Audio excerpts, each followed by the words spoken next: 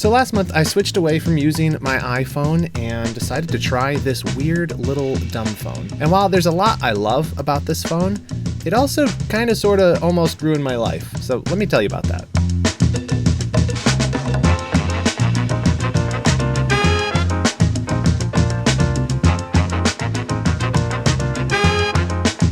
So this is the Light phone. It is really a stunning, minimalistic, dumb phone. It sports this cool Kindle-like e-ink display. It has a gloriously limited feature set. And I would say in concept, this is my dream phone. In concept, and that's going to be the key for this review of the Light Phone 2, because there are some problems. So I'm going to talk you through some of the features of the Light Phone 2, what makes it awesome, what I really liked about it, but also what I really didn't like about it and why I'm actually currently not using it anymore. But first, you might be wondering, why would someone want a dumb phone to begin with? Like, who on earth wants a phone like this? But really the main reason anybody switches to a dumb phone is because they are tired of the distraction of their smartphone and the apps on there. If you want to be more present, you want to be more available to the people in your life, or you just want to regain some focus, switching to a dumb phone can be a great option so that you're not tempted to always be on your phone. Because believe me, there is not much you can do on this phone, so there is really no temptation to stare at this boring screen. But let me tell you about some of the features and the non-features of the Light Phone 2, and what sort of drew me in to want to buy this thing to begin with. And yes, I did buy this with my own money. Nobody's paying me to review this. Nobody sent me a demo one. I genuinely had wanted to try one of these for a long time, and so I bought one, and these are my genuine thoughts on it.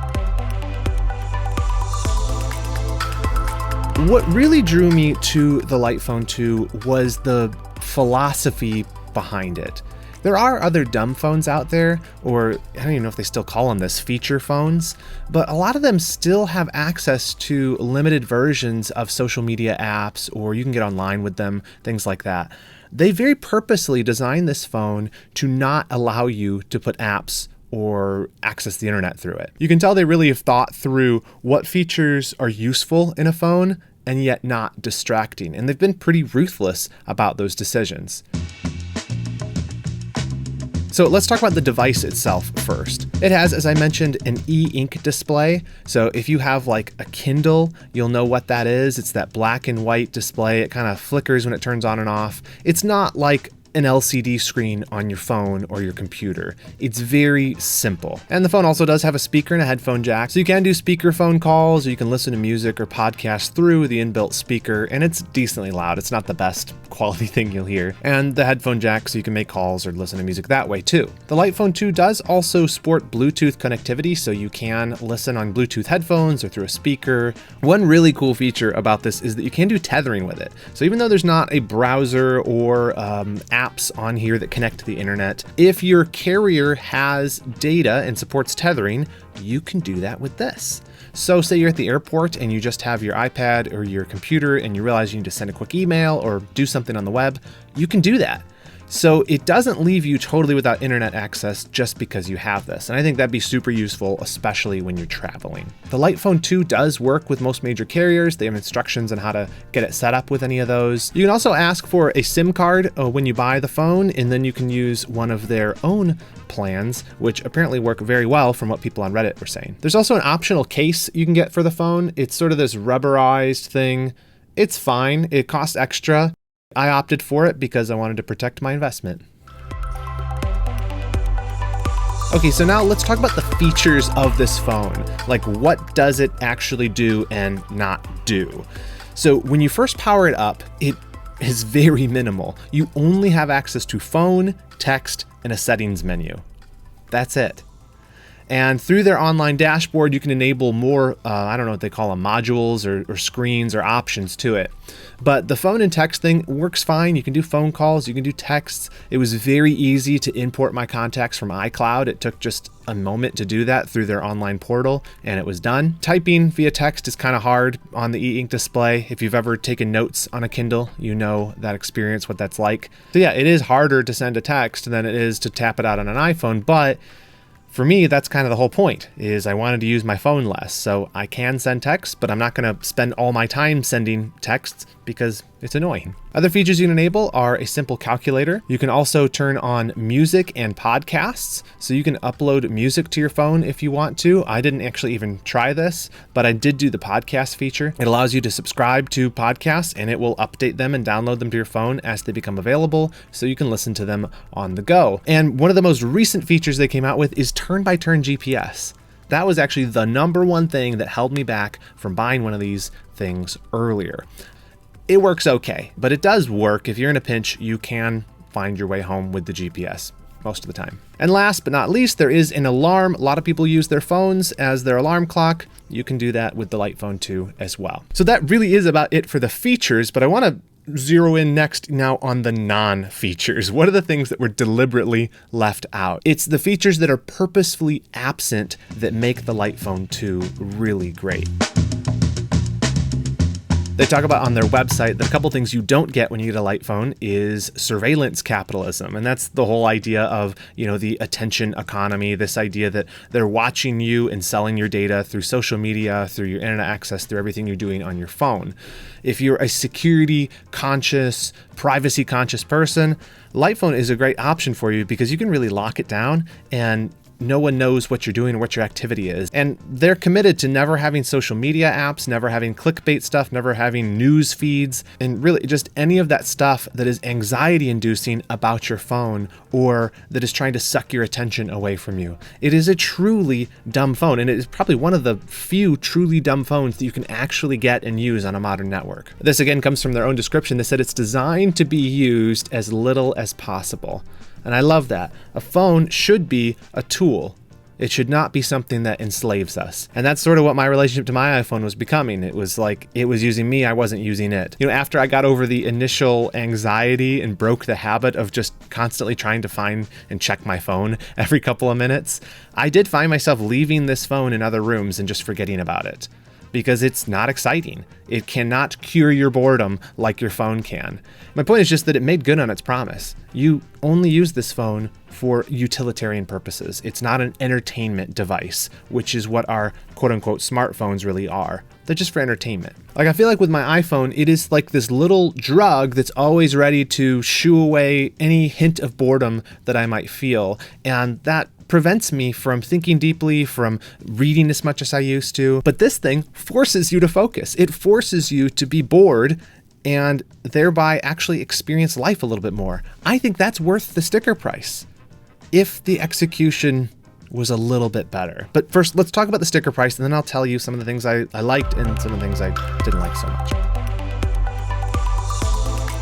So price, this thing comes in at $299. And yes, that does sound like quite a lot for a phone that doesn't do very much. One thing you have to remember is these phones are a very niche product, and so they're not doing volume on these. The company is, from what I understand, very small. And so they are only selling a very limited number of units to these to crazy people like me and maybe you if you're watching this video. And it really is a premium dumb phone. A lot of times when you think of a dumb phone, you think, oh, it's going to be like what is the cheapest phone you have in the store? That's going to be the dumbest phone. This is not the cheapest phone that exists, but it is better than the cheap dumb phones because it's very well thought out and well crafted, I think. I really like the form factor. I enjoy holding it in my hand and in my pocket. It's a good little phone. Instead of thinking about it in terms of what features the phone offered, I thought about it in terms of what I was actually getting back, namely my attention and my focus. And to me, that was worth at least $299. Okay, now let's talk about what I love and what I hate about this phone. I've kind of shared this throughout, but these are sort of my summary thoughts. I love the simplicity of this phone. I love the philosophy of this phone. I love that it is very focused on doing one thing, not distracting you, just being a phone. One of the funny things that happened is when I first got this, I was still trying to check it all the time like I did with my other phone, just the habit was there. And even when I'd be like in the bathroom, when I'd normally maybe scroll social media or something like that, I would open this up and there was nothing to do.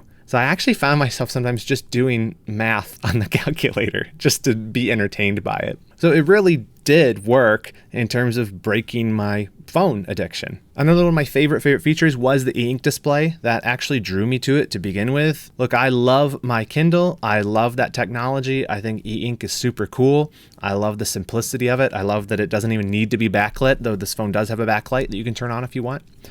But there are some limits to it. And actually, let's pivot there now. I'm going to talk to you about what I did not like about this phone. The battery life is awful on this, like atrocious. And I thought, I don't know if they even advertise this, but I think I just thought because my Kindle stays charged for like 2-3 weeks sometimes, I thought this battery life is going to be like my old dumb phones. You remember in the old days, if you had one of these dumb phones, you didn't have to charge it every night. Some of them would go 2-3 days without a charge. And so I figured that would be what happened with this. It was not. In fact, I could not go a full 24 hours with this thing not dying. And that is just ridiculous to me. And now I read people saying that that could be due to me having low coverage in my area, which I do. I only had 1 or 2 bars. And so, you know, when your phone's searching for signal, apparently that uses more battery. Okay, I will take the L for that one. But they did do a poll on Reddit, and most people said that it only lasted 1, maybe 2 days max for them. So I am not alone in this, and that just seems like a major shortcoming. I don't know why it's that way. I don't know if there's anything I can do about it. But having my phone die on me in the middle of the day, that's just a non-starter for me. Another thing that was a major issue here, and again, I will take responsibility for this. Maybe I set something up wrong. Maybe I didn't understand how it worked. I could not get voicemails on this. I don't know if it's supposed to notify you in the voicemail or if you have to like call your voicemail inbox to check it all the time, but I didn't know that. And I missed voicemails for over a week. There was a couple that were 2-week-old voicemails that I did not know about until I ended up logging in my carrier's website and I saw that I had voicemails in there. That's like a major issue for me. And again, I'm probably doing something wrong. I probably didn't understand how you're supposed to do voicemail on here, but that was really annoying. The last thing that I really did not like about this was texting issues. Once again, probably my fault, but I did all the right steps to deactivate iMessage on my phone associated with my phone number, which is what they tell you to do. But what I found is many messages just got lost in the ether. Even weeks after I deactivated iMessage, weeks after I had set everything up right, messages just weren't getting to me. People would say, "Hey, I texted you," and I just never got it. And legend has it, some of those text messages are floating out in space, orbiting the planet to this day, because I never got them. And really, that's my biggest issue with this phone in general. I just didn't trust this phone. And it could have been, again, it could have been because my carrier was weak. It could have been a number of different factors that I just didn't do right, because there is sort of a DIY aspect to getting this thing up and running. But I never trusted that if someone tried to reach me, that they'd be able to. And if I missed it, that I would even know that they tried to reach me. So here's just my concluding thoughts. I love this thing. I love the concept. The execution is a little bit lacking. I definitely take responsibility for the parts that are probably my fault. Maybe I should have done a different carrier with them. Maybe I should have read a little bit more about what was happening with the voicemails. I don't know. But at the end of the day, I couldn't rely on this, and so I needed to switch away from it. Because here's the thing. I loved me with this phone. I was less distracted. I did more reading. I did more writing. I was more present in relationships. I loved that. And instantly, when I switched back to my iPhone, I was back in my old habits, checking it all the time, constantly addicted to it. I hate that. But I do love the concept, and if you have good connection in your area, or you're willing to try this, I think it could work for some people. Well, that's my review of the Light Phone 2. Hope you found that helpful. If you have tried one of these, I'd love to hear your comments, or if you have questions about it, happy to answer them in the comments as well. And I'd ask you, have you tried a dumb phone? Is this something that appeals to you? Are you kind of sick of your phone and you're trying to find a way to get back to a little bit more simplicity? I'd love to hear your guys' thoughts in the comments. All right, I'll see you in the next video.